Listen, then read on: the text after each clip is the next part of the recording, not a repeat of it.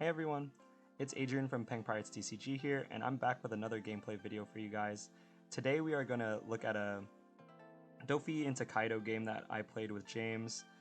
This game was super close, and I feel like there was just like a lot of meaningful back and forth that happened, where we could all kind of learn how to play the matchup for both decks, but mainly for Doffy. He's one of my favorite leaders to play right now. He's really cool. His effect is when he has 2 Dawn under him, when he attacks, you can rest 1 Dawn and reveal the top card of your deck. If it is a 7 Warlords of the Sea card that costs 4 or less, you get to summon it rested. And that is just, honestly, I think it's one of the strongest leader skills in the game right now, because what you're doing is you're swinging really aggressively with 7k, which is a magic number in this game. That means that if they don't have like a 2-cost event in hand, they basically have to rip 2 cards out of their hand to counter it, which is really good for you. So you're swinging for that aggressive number and also developing your board, right? So it's honestly one of the most fun decks I've played, probably my favorite to play right now. And you want to play it really aggressively, and I get one of the best starts here, or the best start, which is turn 1 Perona. Perona is going to let me look at the top 5 cards of my deck and then just rearrange them in any order that I want, and then put them either back on the top of my deck or the bottom.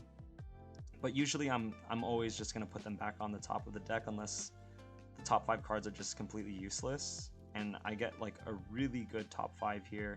I have Pacifista and Kuma in the beginning hand, which is super important for this matchup, because I mean, it's good in any matchup, but especially Kaido, because the 10 cost Kaido really hurts you, you know, since you're a deck that like wants to build a big board.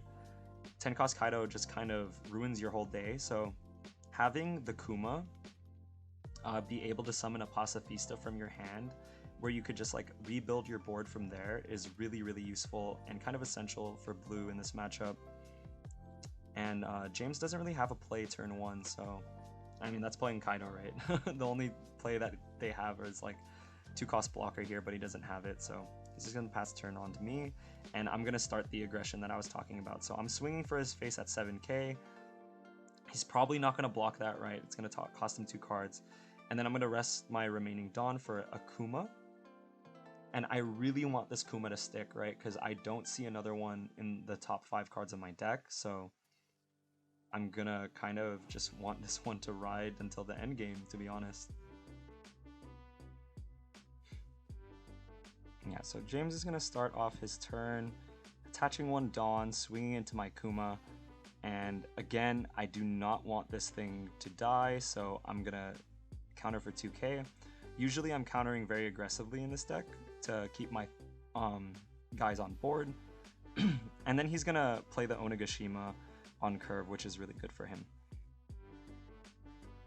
So turn swings back over to me. I have a lot of options on 5. I mean, if I have 3 Dawn open, that always means I can leader skill, right? But I mean, from the top 5, I know there's not another Warlord card that I really want to play. I can potentially play the Law blocker, but you know, why would I? It's just gonna get hit into by like Kaido, which I don't want. I want to save my 1-cost chump blockers for kind of the mid to late game and to protect a bunch of other things. Yeah, the game's gonna cut there. One of us had to go to the bathroom.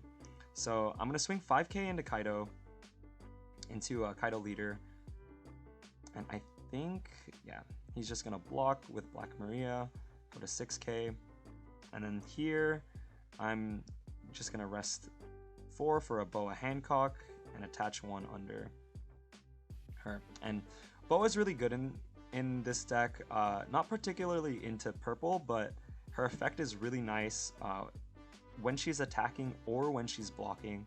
If she has a Dawn under her, she will draw you a card if you have 5 or less cards in your hand. So she's really useful for just keeping your hand size big. You know, you're countering a lot, so you want to keep your draws and resources to you. So I mean, and she works on offense or defense. The The bad thing about her is obviously she's 4 cost, and you're gonna see she's gonna get popped by 6-drop king. I mean, it's just the best play to do, right? Because I don't get a draw, even though since she hasn't blocked anything. So he's gonna swing 5k to my life here, and I do have things to block. I could block with Doffy or Alvida, but I really don't want to, so I'll just take, because I want to Doffy or 3-cost Doffy this turn. 7 is a really good turn for us, really good number, because we could play one of our 4-cost warlords and still use our leader effect since it costs 3 Dawn.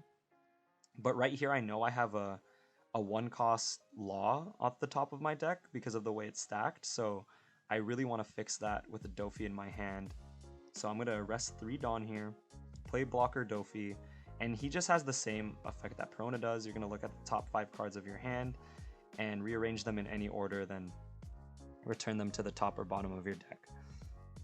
So I see the Mihawk in my hand. I really want to draw that next turn, so I put it second in the stack. I also see, I think that's another Boa Hancock, so that's a target for my leader skill here that I'm going to use. And yeah, that was just a great Doffy. I really liked everything that was in there. Gonna attach 2 and swing face. I hesitate here because I do have a Law in hand, and I'm wondering if I should swing 8k instead of 7k. I think in my head I'm like, he has enough to 7-drop king, right? So I don't want to play the Law on top of that, because yeah, so I end up attaching here for 8k. I don't want to use that extra Dawn for the Law, because on the off chance he has 7-drop king, that means he's getting rid of 2 blockers for 1 card, which is awful for me, so there's no reason to play it. Yeah, and then I'm just gonna swing. He's gonna block with Blast Breath, and the turn is gonna swing over to him. So yeah, that's just kind of my reasoning there. Even if he 7-drop kings here, it's not gonna be that bad. It only gets the 3-cost Doffy, which I don't feel too bad about. So that's the play I end up going with. And if it pays off, it's really clutch, right? So he's just gonna start off the turn by activating his Onigashima. Make sure you do this if you can at the start of your turn playing purple, because oh my god, I have gone a turn or two without activating this card on accident, especially on the sim. So always make sure you're utilizing that Onigashima. And he has a lot of plays here. I'm really scared about the 7-drop king, which he does play here. So he's just gonna rest 7, play the king, return 2 Dawn to the deck, and then pop my Perona and my 3-drop Doffy. And that is why I did not play the 1-cost Law, because the Perona doesn't really matter on my board. She only has 2k, so I'm not going to be swinging with her for that often. So it's, I'm really happy that I went with that play here, because I would have just sunk an extra Dawn for no reason playing Law. So right now, I know I want to do Mihawk next turn, and this is because I want a board that is worthy of like a 10-cost Kaido, right? So I'm thinking about whether I should protect the Boa, even though it's going to take 2 cards out of my hand. And I'm really leaning towards it because I want to keep as many cards on the field as possible so that I can threaten, so he could feel threatened. So I go up to 8k on my Boa here. He still has the Kaido swing. He could like attach 1 Dawn on here, attack with Kaido, but he's just gonna attack with 5k, and I even over counter here. I use an Alvida for a 2k counter because I know Mihawk's at the top of my deck, and I know I'm gonna want to play him. He's at 3 Dawn left to 10. So what that tells me is I get to swing with Mihawk at least once, which is really, really important, because that's going to let me either take life or take board control, if not both, right? So So I think I end up swinging first here. I actually regret this decision a little bit. So I swing 5k here. I mean, it ends up working out, right? Because I think he lets this go through. So I swing 5k. And yeah, he lets that go through. The reason why I feel like I shouldn't have swung there is on the off chance that was Thunder Bagua, he actually gets enough to 10k Kaido me, and that feels really bad because I don't get to swing with my Mihawk. So I'm gonna play Mihawk. He just says on play, bounce one card 7 or less to the bottom of the deck. I choose 6 cost king on the off chance that, you know, I want to Doffy something back to the hand. 6 cost king is way more useful into my deck than 7 cost king is, so that's the one I kind of want to get rid of. Spin to the bottom of the deck. So right here, you know, thankfully he didn't trigger like a Thunder Bagua, but he's gonna have 9 Dawn on the turn. A 9 cost Kaido is actually still pretty threatening here, which he can definitely do if he has it. I don't think he does though. So this is gonna be a kind of rough turn for him, because, you know, you kind of have to decide as the Kaido player, do I want to try to deal with this board, or do I want to just savor the hits, or try to survive the hits and then 10 drop Kaido to get the max amount of value. And that's kind of what you have to balance with, right? Because the Mihawk is a 9 drop. There's nothing in the game that gets rid of a 9 drop currently, except for 10k Kaido, or 10 drop Kaido. So, you know, Mihawk is a pest. He's 9k. I have a ton of counters, you know, so it's gonna be really hard to deal with him by swinging with characters. So it's a lot to think about, and I definitely recommend taking your time in turns like these, or like huge swing turns like these, right? Because in one turn I took all the tempo from the game, you know. So his board was threatening. Now I played Mihawk, and now all of a sudden I'm in the driver's seat. So it's really important that you take your time and think about the plays in these turns, because if you mess up on the swing turn, your opponent might get so much momentum to work with. So I definitely recommend just stopping and thinking, you know, what are the possible plays? Ask your opponent what they have in their discard pile, you know, how many cards they have in your hand. Just get all the information you can as possible to make your decision. Super important in these games, especially like a grindy kind of deal with this matchup, you know. So there's like, because there's a ton of plays you could do here. So he's gonna start off attaching 2. He says wait, because he realizes I only have 2 cards in hand. So swinging 7k here. So I'm going to take that, of course. And, you know, it's really smart that he kind of took that play back, because, you know, wasting that many Dawn is not efficient. He's gonna swing 7k into my face, and unfortunately I do not have anything to counter this either. So I mean, I'm just gonna take. I think I did have enough to counter there. That's what I was kind of thinking, but decide it's not worth it, you know, because I feel like I need cards in my hand to kind of mitigate the Kaido, the 10 drop Kaido. There's a lot of things he could do here. He's gonna rest 4 to play Black Maria, and the turn is gonna swing over to me. So he has a lot of Dawn active to work with. I mean, Thunder Bagua is in the picture. Blast Breath is always in the picture, right? Both of them are being threatened right now. So I'm gonna get a Love Beam off the top there. And right here, this is a hard turn for me. This is kind of the swing turn that makes me think, because he has enough Dawn to play 10 drop Kaido. I want him to play 10 drop Kaido, right? So I'm thinking out a turn that is gonna maximize his chances of doing it. And so I'm gonna start off with an 8k swing with Boa.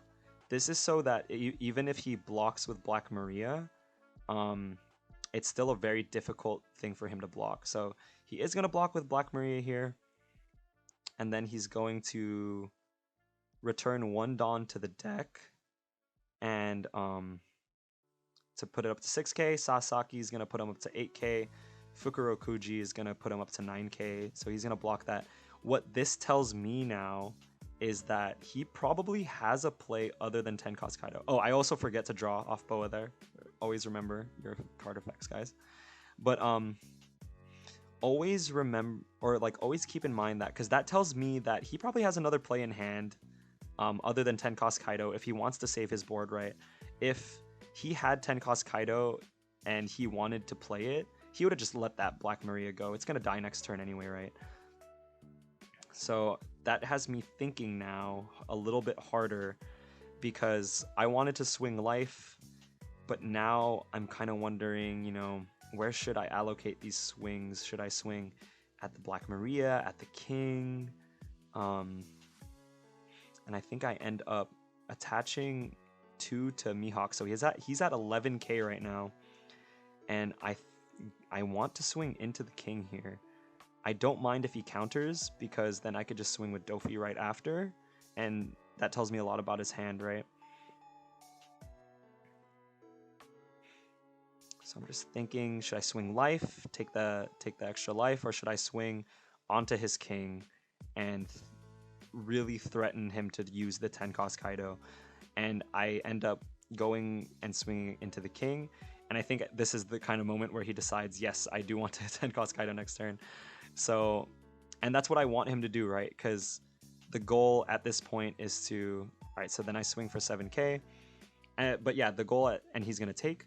The goal at this point is I want him to 10 cost Kaido. I have the Pacifista in hand for when Kuma gets KO'd. And then I have the means to rebuild my board, right? That's the game plan for this deck into Kaido. Because, you know, Blue has so much, it has the ability to just rebuild your board so fast with threatening cards, you know. So he's gonna attack with Black Maria, and I think, yeah, I'm just gonna rest 1 for Desert Spada. This is because I don't know what's at the top of my deck, so I really want to dig at that top 3 and look. Ironically, I wouldn't change the order for that top 3, so it comes Law, Kuma, and Crocodile. So sometimes that does happen, but it's always good to know, right? And I was gonna block that anyway, because I don't like, I want to block every hit possible. Being at 2 life against Kaido is actually very scary, because if they drop the 10, if they do the 10 drop Kaido, what they can do is hit you with Kaido, attach everything to their leader and attack, and then burn you, you know, or actually wrong order. It's like attach everything, attack. Okay, so yeah, then he's gonna 10 drop Kaido me here. So he's gonna have to return 6 Dawn to KO everything on the board.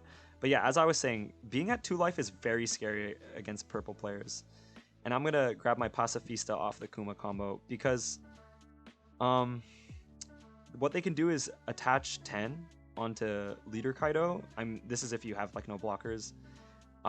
Get the swing off, you know, they're not gonna block 15k.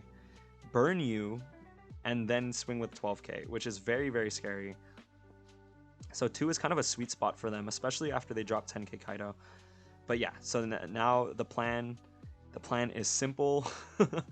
Just rebuild the board, use my blockers to defend against the Kaido swings, and just hope he doesn't have the cards to deal with my board at this point. So now I'm just really thinking about what I should do. You know, I have a ton of cards in my hand to deal with these next turns. But I just want to think about the order I play them in, you know, because he's at 5 Dawn right now. So that means on his turn, he's at 7. So he could play 6 drop King, 7 drop King, you know. I mean, sorry, 6 drop. Oh, no. Yeah, they're both King cards, sorry. It's so confusing with the purple deck because they run like the same named cards. So I get really confused sometimes. So, But yeah, I'm just really thinking about this turn. And what's gonna give me the hits, right? Because he has 5 cards in hand. That could be a lot of counters. So I'm gonna swing 9k into his face. He has no active Dawn, so he either has to take or rip a bunch of cards out of his hand. But he's gonna take. I'm feeling good about that because, you know, that's one less hit that I have to do. And then I think, yeah, I'm just gonna kind of mapping out my turn here. I like to separate my Dawn into the different plays that I can do to visualize, to make less mistakes, right, with Dawn management. I'm gonna swing his face into 7k. At 7k, rest, play the Kuma, and I'm rebuilding my board. He's gonna take that life. So, you know, this is a very dangerous situation for him to be in. And then right here, I rest 2 because I want to play both Trafalgar Law blockers, but I stop and think. I end up only resting 1. This is because, you know, I'm just really again, you know, as Doffy, you really need to be thinking turns ahead, like 1 to 2 turns ahead at least, right? You don't want to be thinking about what's on the board right now. You want to be thinking about what they can play next turn. And one of the biggest threats to my board right now and to my life is 7-drop king. So I don't want to, you know, have both my blockers be popped. So I asked to look at his deck, wondering how many 7-drop kings have been played. So I'm just kind of thinking about it.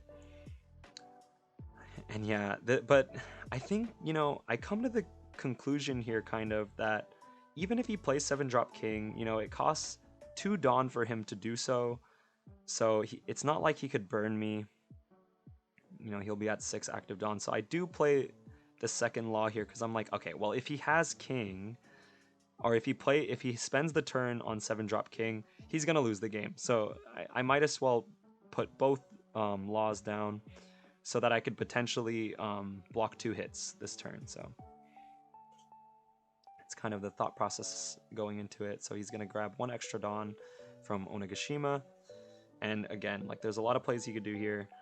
He has 2 blockers in hand. It looks like he wants to kind of play those, mitigate the oncoming turns. He could go aggressive. I mean, if he wanted to, he could go for a game here. It wouldn't be smart because of the Trafalgar laws, but, you know, there are definitely options. So he's gonna opt to just swing 5k face here, which I think is smart because it forces me to kind of counter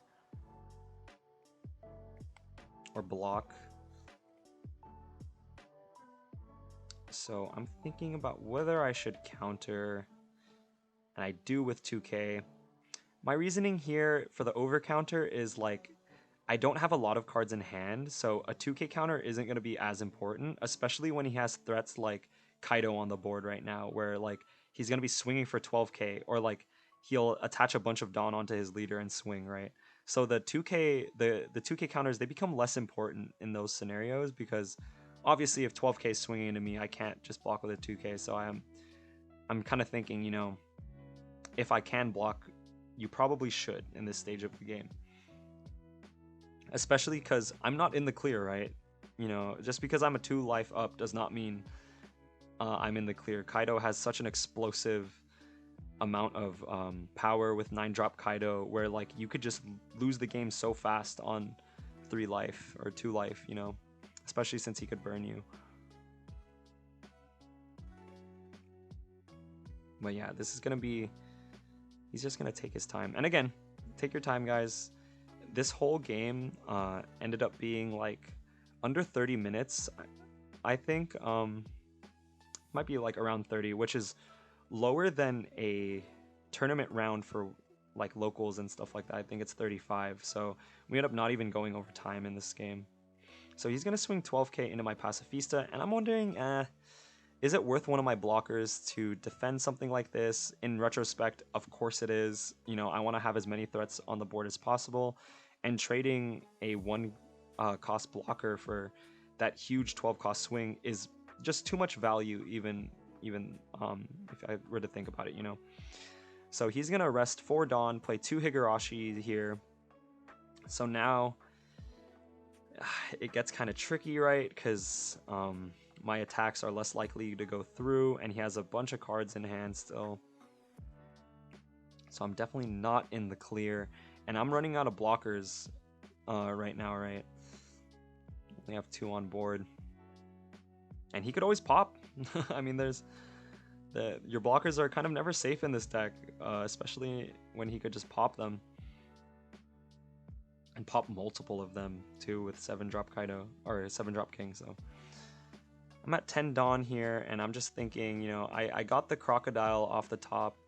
I'm thinking, is this a safe turn where I could drop the Crocodile? Because I do want to. I want to develop another, you know, I want to develop my board further, especially since there's more blockers. You know, I want more threatening attackers. So yeah, I'm going to go ahead and swing 5k here at his life. You know, he's going to have to block this or counter in hand. So he's going to block with 2k. I swing 7k here to his face. This Pacifista is getting so much value from the previous turns. And he's going to have to block that with one of his Kurozumis. And right here, I rest 7. And I'm going to play the Croc. I do this just because, you know, it feels like it's the safest I'm going to be. I have a Love Beam in hand, 2 blockers, so I'm not too nervous about the next coming turns. This is the perfect time to play Crocodile. His first effect isn't going to be as useful, obviously. His first effect is just that he has Banish, which means that, you know, if he lands a hit onto your life, you have to trash the card with no trigger instead of getting it to your hand, which is really useful into the mid and like early late game, but right now, obviously with 0 life, it's not. But I just want him on the board to have another threatening attacker. Also, his second effect is when he has a Dawn under him, he discounts the cost of blue events by 1. So that's going to be really useful because I do run 4 Love Beam and 2 Spada. So, you know, he's going to get a lot of value and allow me to play more Dawn on my turn than usual to play the event card. So he's going to swing 5k here, and, you know, I'm still, like, I debate whether, you know, I have the Love Beam in hand, I also have blockers, you know, which one should you use in this situation? You know, is he baiting me into using one of my blockers, or is he baiting me into countering and he's going to pop my blockers anyway? You know, you never know. So these decisions, you know, they're really difficult to make. I end up using the Love Beam, even though it's only a 5k swing, end up getting lucky, grabbing another Love Beam there. Debatable about whether that's the right decision or not, but I just really want to preserve my blockers, right? So he's going to swing with 12k. And of course I'm going to block that. At this point, I'm really happy with those Trafalgar Laws because they've blocked 2 Kaido swings. Here's James showing you what's in his hand. So, I mean, he can 10 cost Kaido again, but I mean, it leaves him way open, right? So he's going to rest 5 for Queen. Return 1 Dawn to the deck, draw 2, trash 1. And he has the perfect trash with Onigashima. You know, that card is dead in his hand, so he's going to rest 3, grab back that Dawn that he placed, and now he's at 5 to work with. He's at max Dawn once again. And there's not a lot of plays you can do on 5. You know, you can do X-Drake, maybe play another Maria. But in terms of swinging, you know, he's used his leader and 10 cost Kaido, so yeah, I only have 1 card left in hand. It's a Love Beam. These endgame scenarios get really tricky and tough, right? Especially when blockers are in the mix.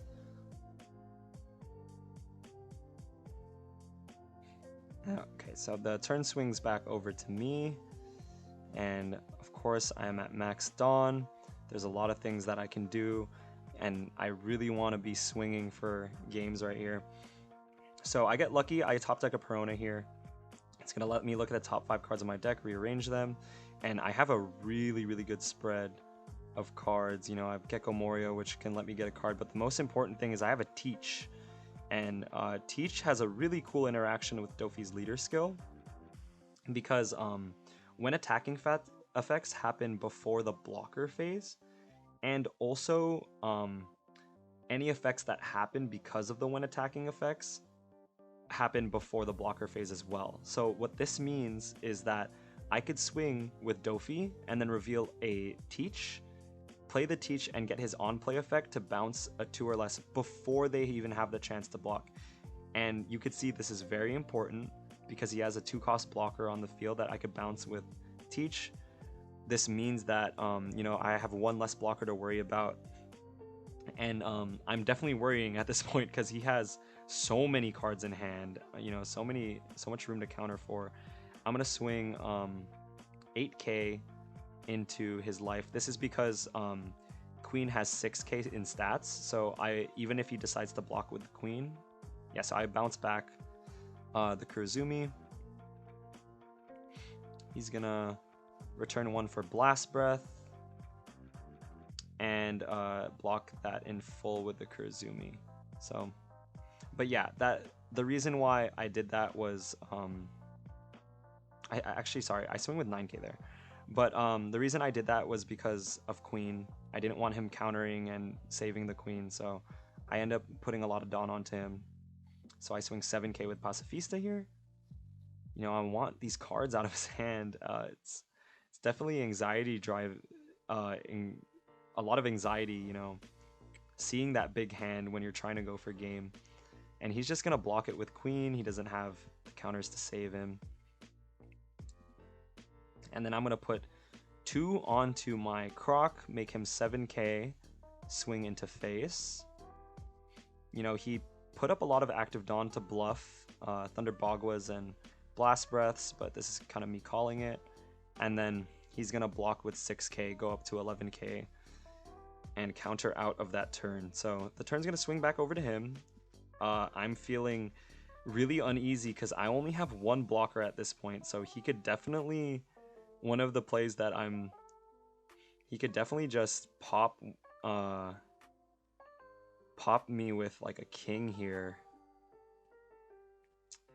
and then like attach 4. That would be really difficult for me, because if he does that, that's perfect Dawn for me to where the level of beam doesn't matter. But it doesn't look like he has it. He's gonna play the 10 drop or the 9 drop Kaido instead. Return 5 cards to the return 5 Dawn to the deck, and pop one of my 6 or less character cards. So he's gonna choose the Kuma, so I don't have a blocker anymore. And this is where I'm kind of feeling confident because I know he can't burn me anymore, and I also have level of beam in hand. I only have 1 active Dawn, but that's because of the Croc, right? So Croc's gonna discount my thing. So he's gonna go for game here. If I'm bluffing and I don't have a 2k, he wins. So he goes for game, swings 6k. But I'm not bluffing. I have the level of beam in hand. So I go up to 9k, block that 1 attack, and this is kind of where the game the game ends. Because he can't burn me. It doesn't look like, he has 2 cards in hand at this point. He's just gonna swing with 9 cost Kaido, swing with 10 cost Kaido, and yeah, I basically have the game here. He only has 2 cards in hand, so I could just stack all of the Dawn.